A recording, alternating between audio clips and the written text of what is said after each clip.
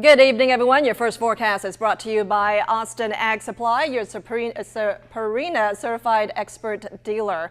Today, it was definitely cold, but just a few degrees warmer than it was yesterday. We're going to see the cold air remain for tomorrow, even though we're going to see a warming trend toward the end of the week. So here's a look at your planner. Temperatures starting out well below freezing, 26 degrees. So it's going to be cold out there. Lots of sunshine during the day, and that will help to warm us up. By your lunch hour, 46 degrees, and then 54 will be our afternoon high before we drop back down to around 51 degrees. We are going to see a warming trend for the next couple of days. We'll have that forecast for you coming up on ABC 31 News.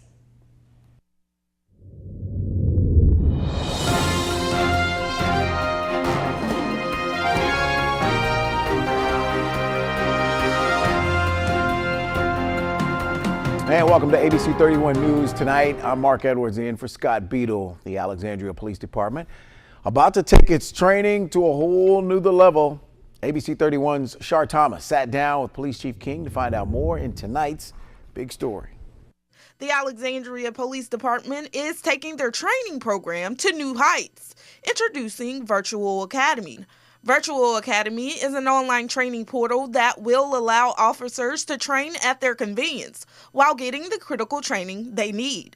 Officers will be able to access the online training courses from home or from their cars.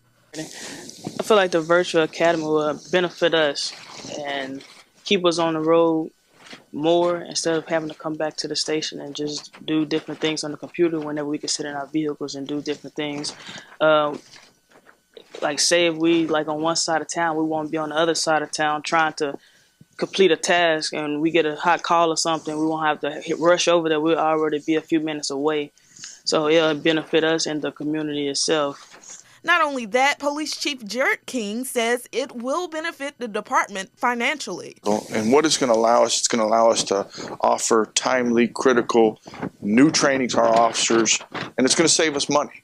And how that happens is, if I send one officer to a school, whether it be in Lafayette, Baton Rouge, Shreveport, Texas, well, it could cost us up to $1,000. And then he's got to come back and he's got to transfer that information to the rest of the department. This way, these officers out here on the street and the officers and detectives and the officers in records throughout the department can have access to this information, this up-to-date training, and it makes us better officers for the city.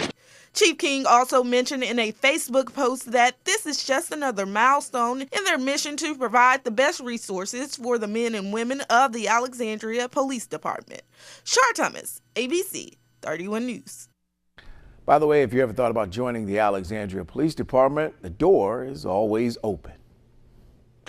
The Alexandria Police Department is, of course, a modern law enforcement agency here in the city of Alexandria, and we are always looking to recruit qualified professional police officers that want to make a difference in this city and in this community.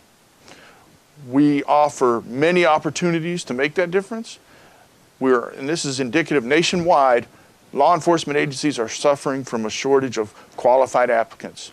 For whatever reason, people are not wanting to apply to be law enforcement officers. And it's not just Alexandria. This is the Sheriff's Office, Pineville, State Police. This is a nationwide issue, and multiple agencies are trying their best to recruit these individuals. We are doing that. We have many opportunities to make that difference, to be part of something that is bigger than themselves, to make a difference in the city that they live in, they grew up in, or where they now make their home, or where they enjoy life. And we offer that here at the Alexandria Police Department. To find out more information, you can visit alexandriapolicedepartment.org. All right, meanwhile, Louisiana Governor John Bel Edwards is traveling to Los Angeles today to participate in a summit on criminal justice reform. It's sponsored by Variety and Rolling Stone. The governor will speak about his efforts to reduce Louisiana's ranked #1 in the nation for locking up criminals. These were bills signed into law last year. Now that the race for Louisiana Secretary of State is down to 2 people from 2 different parties, the Democrat gets the nod from her party, and she's a virtual unknown who famously spent almost nothing on her race. The state party executive committee announces its endorsement for Gwen Collins Greenup who will face the appointed incumbent Kyle Ardoin, the Republican. The race is December the 8th. Meanwhile, the first Alexandria City Council meeting since the election of Jeff Hall as the new mayor was held last night. He did not attend, by the way. The meeting agenda consisted of a little more than 20 items, which the council reviewed and discussed in a smooth manner before adjourning. It was a brief meeting lasting only about 20 minutes. The next city council meeting scheduled for November 27th at 5 p.m. Some Sabino Parish residents will see improvements in their drinking water. Waterworks District Number 1 is the recipient of a $2.6 million loan administered by the State Health Department.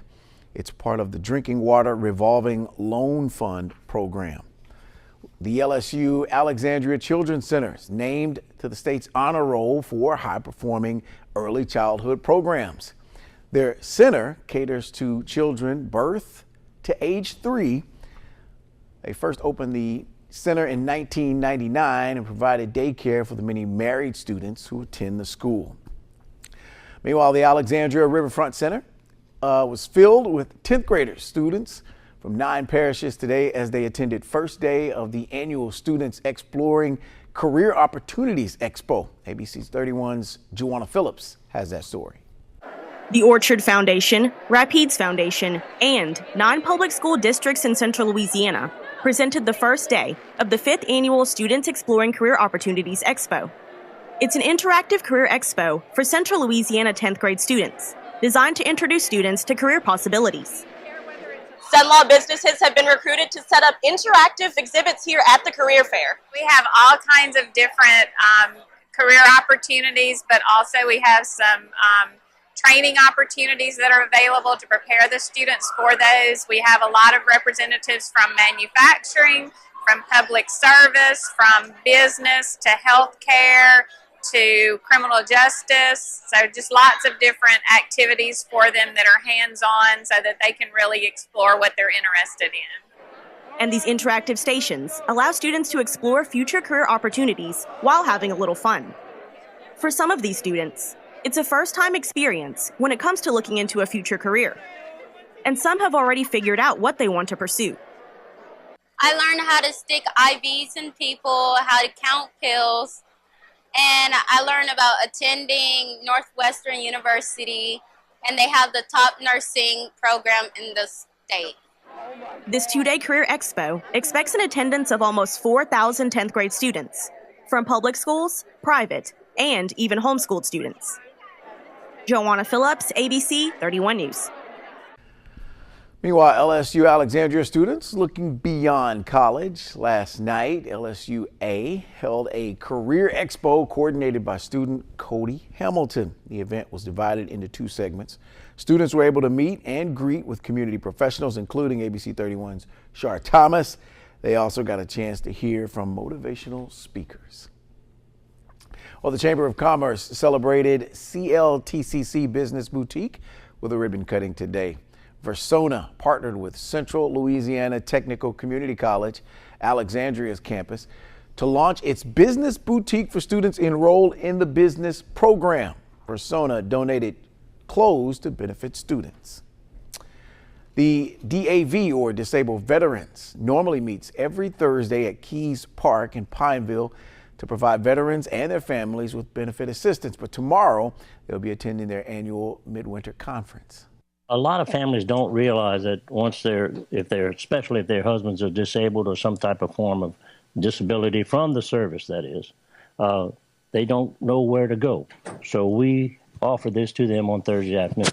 However, this coming Thursday, of course, is our conference. Right. So Keys Park will be closed this Thursday. This is a training session for our what we call chapter service officers.